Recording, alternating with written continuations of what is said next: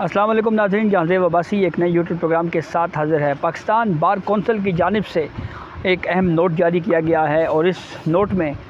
جناب chief justice عمر بندیال کی جانب سے الوداعی ریفرنس کے انعقاد نہ ہونے کے حوالے سے غم و غصے کا اظہار بھی کیا گیا ہے، اور یہ دعویٰ کیا گیا ہے کہ وہ تقریر جو انہوں نے الوداعی ریفرنس میں جو چیف جسٹس عمر بندیال صاحب کے اعزاز میں ہونا تھی وہ نہیں ہو رہی، تو وہ تقریر جو انہوں نے وہاں پہ کرنی تھی الوداعی ریفرنس میں، وہ اب انہوں نے میڈیا کو ارسال کر دی ہے تاکہ جناب ہماری حاضری بھی لگ جائے اور ہمارا جو پوائنٹ آف ویو ہے وہ بھی سامنے آ جائے۔ تو سب سے پہلے تو آپ کو بتائیں کہ اس جو تقریر ہے یا جو گفتگو وہ انہوں نے کرنی تھی، اس کا ایک اہم نوٹ بھی اس میں شامل ہے، اور اس نوٹ میں جناب vice chairman Pakistan bar council Haroon ur-Rasheed صاحب یہ کہتے ہیں کہ ہمیشہ روایت رہی ہے کہ چیف جسٹس کے ریٹائرمنٹ کے موقع پر سپریم کورٹ میں کھل کورٹ ریفرنس ہوتا ہے، جس میں پاکستان بار کونسل کے جو وائس چیئرمین ہوتے ہیں ان کا خطاب بھی ہوتا ہے، جس میں عدالتی امور کی خامیوں اور خوبیوں کی نشاندہی کی جاتی ہے اور آئندہ کے لیے اپنی تجاویز بھی پیش کی جاتی ہیں، اور یہ تنقید برائے اصلاح بھی ہوتی ہے۔ اور پاکستان بار کونسل کا وکلاء کا منتخب ادارہ ہے جو وکلاء کو درپیش مسائل خصوصاً سپریم کورٹ میں مقدمات کی دائری اور ان کے مقدمات کے سماعت کے لیے مقرر کیے جانے کی بابت نشاندہی کرتا ہے۔ لیکن اب چونکہ چیف جسٹس عمر بندیال صاحب ریفرنس نہیں لے رہے، تو لہٰذا بطور voice chairman Pakistan bar council جو معروضات ریفرنس میں پیش کرنی تھی، اب پریس ریلیز کو جاری کر رہا ہوں۔ اس وجہ سے پاکستان بار کونسل کے ممبران نے بطور احتجاجاً سپریم کورٹ کے ججز کی جانب سے چیف جسٹس آف پاکستان کو دیے گئے عشائیے میں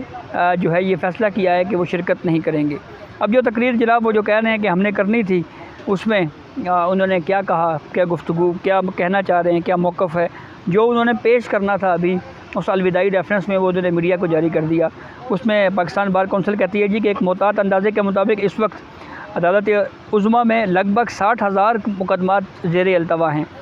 بار بار التجا اور یقین دہانی کے باوجود نہ تو اس ضمن میں کوئی عملی اقدام اٹھایا گیا اور نہ ہی مقدمات کو سماعت کرنے کے لیے کوئی شفاف نظام وضع کیا جا سکا، اور جب کبھی کسی مقدمے کی جلد سماعت کے لیے درخواست دی جاتی تو ہمیشہ ایڈوکیٹ آن ریکارڈ نے یہی جواب دیا کہ درخواست چیف جسٹس آف پاکستان کے چیمبر میں ہے اور ابھی تک کوئی حکم صادر نہیں ہو سکا، اور یہاں تک یہ بھی بتانے کی زحمت گوارا نہیں کی جاتی کہ آیا جلد سماعت کی درخواست مسترد ہو گئی ہے، یا اگر مسترد ہوئی ہے تو کون سی ایسی وجوہات ہیں جن کے سبب جو ہے وہ یہ درخواست مسترد ہوئی ہے۔ کم از کم وکلاء اپنے سائلین کو کوئی جواب دینے کے قابل ہو سکیں، لیکن جواب نہیں دیا جا سکا۔ پھر اس کے بعد وہ آگے مزید کہتے ہیں کہ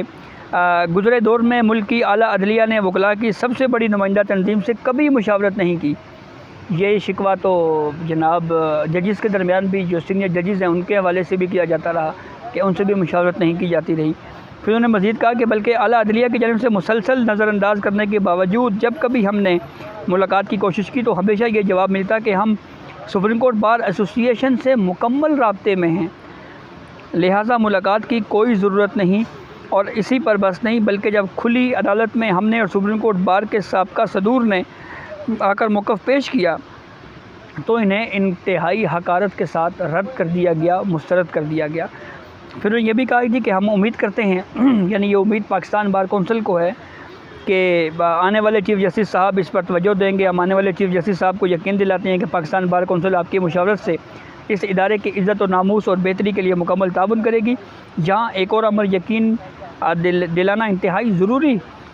سمجھا جاتا ہے کہ ہم ایسا کوئی مقدمہ سماعت کے لیے مقرر کرنے کی درخواست ہرگز نہیں کریں گے جس میں ہمارا کوئی اپنا پوشیدہ فائدہ چھپا ہو۔ ہم اس مقدمے میں حکم امتناع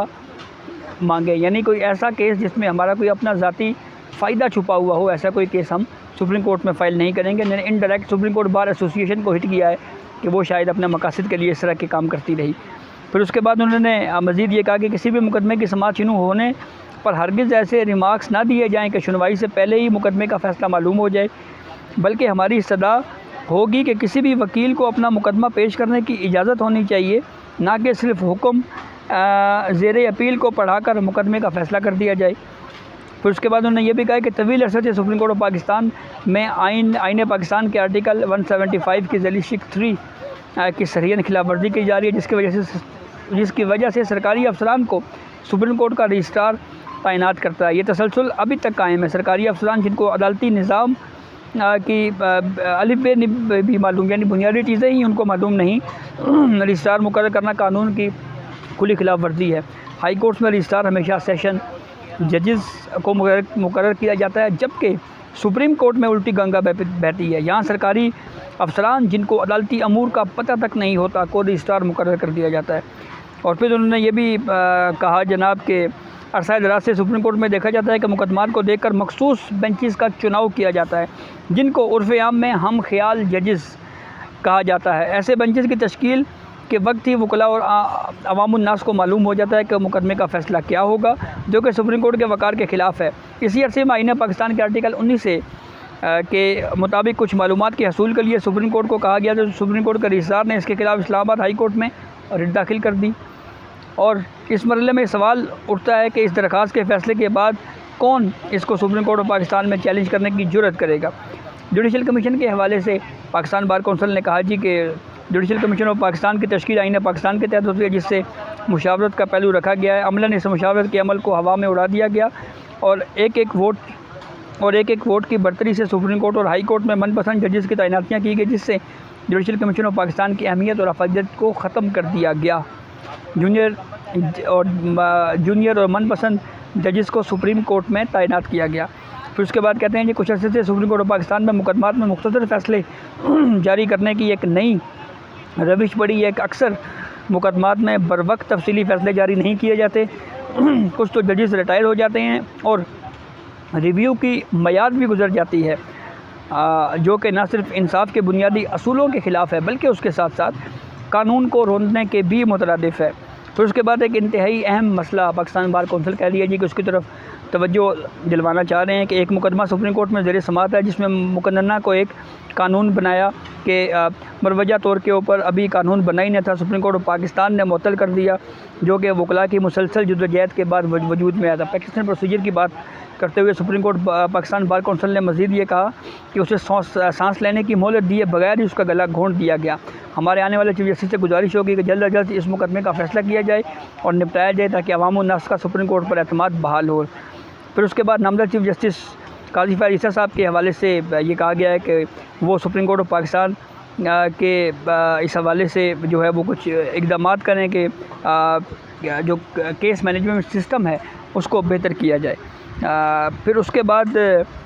اس میں جو بڑا لمبا چوڑا نوٹ پاکستان بار کونسل کی طرف سے جاری کیا گیا، اس میں انہوں نے مزید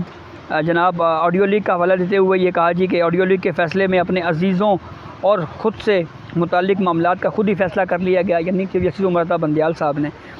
جو کہ مفادات کا ٹکراؤ کی واضح مثال ہے۔ آئین کی شق 209 کے تحت یہ قابل معاوضہ ہے، یعنی اس پہ جو ہے وہ مس کنڈکٹ کے تحت پاکستان بار کونسل کا یہ موقف ہے کہ چیف جسٹس عمر عطا بندیال صاحب کے خلاف جو ہے وہ کارروائی ہونی چاہیے۔ نامزد چیف جسٹس سے درخواست ہے کہ جن ججز نے ضابطۂ اخلاق کی خلاف ورزی کی، ان کے خلاف آئین کے آرٹیکل 209 کے تحت کارروائی فرمائیں، آڈیو لیک کے معاملے کو منطقی انجام تک پہنچایا جائے۔ اور پھر اس کے بعد انہوں نے پریکٹیشنر پروسیجر کے حوالے سے بات کی کہ اس معاملے کو جو ہے وہ یہ انتہائی اہم معاملہ ہے، اس کے اوپر جو ہے وہ اس کو ڈیسائیڈ کیا جانا چاہیے۔ اور چیف جسٹس نے ہم سے ایک ہی دن میں انصاف کا عجیب دورہ معیار دیکھا، پنجاب میں انتخابات کا حکم دیا گیا جبکہ کے پی میں اسی نوعیت کا معاملے کو نظر انداز کیا گیا، جس سے عدالت عظمیٰ کا وقار انتہائی بری طرح سے پامال ہوا۔ دوسری طرف تماشا یہ ہے کہ پنجاب میں 14 مئی تو کیا آج تک انتخابات ہی نہیں ہوئے، لہٰذا صدق دل سے ہم یہ سمجھتے ہیں کہ عدالت عظمیٰ کو ایسا حکم دینا چاہیے جس پہ عمل درآمد ہو سکے یا کروایا جا سکے۔ اور چیف جسٹس پاکستان آپ کے دور میں ایسے فیصلے کیے گئے جن کی کوئی مثال نہیں ملتی، ہم انتہائی قرب کے ساتھ یہ کہنے پر مجبور ہیں کہ ان فیصلوں کو تاریخ کبھی اچھے الفاظ میں یاد نہیں کرے گی، یہ پاکستان بار کونسل کا کہنا ہے۔ اور مزید انہوں نے کہا کہ ہم نے اور ملک کی دیگر بار کونسلز نے بار بار چیف جسٹس پاکستان کو اس حوالے سے یاد دہانی کروائی، مگر ہمیشہ یہ جواب ملا کہ ہم ایک بار ایسوسی ایشن سے رابطے میں ہیں۔ میں بڑے ادب سے گزارش کروں گا کہ اس طرح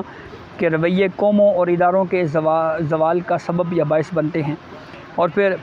نامزد چیف جسٹس قاضی فائز عیسیٰ صاحب کے حوالے سے کہا گیا کہ ان سے توقع ہے کہ اعلیٰ عدالتی روایات کی پاسداری کرتے ہوئے فوری طور پر تمام ججز کے خلاف جو شکایات ہیں ان کو فی الفور آئین کے مطابق نپٹاتے ہوئے بنچز کی تشکیل، کیسز کی فکسیشن کے ساتھ ساتھ تمام آئینی امور مشاورت اور قانون کے مطابق انجام دیں گے۔ اور جانے والے چیف جسٹس عمرتا بندیال صاحب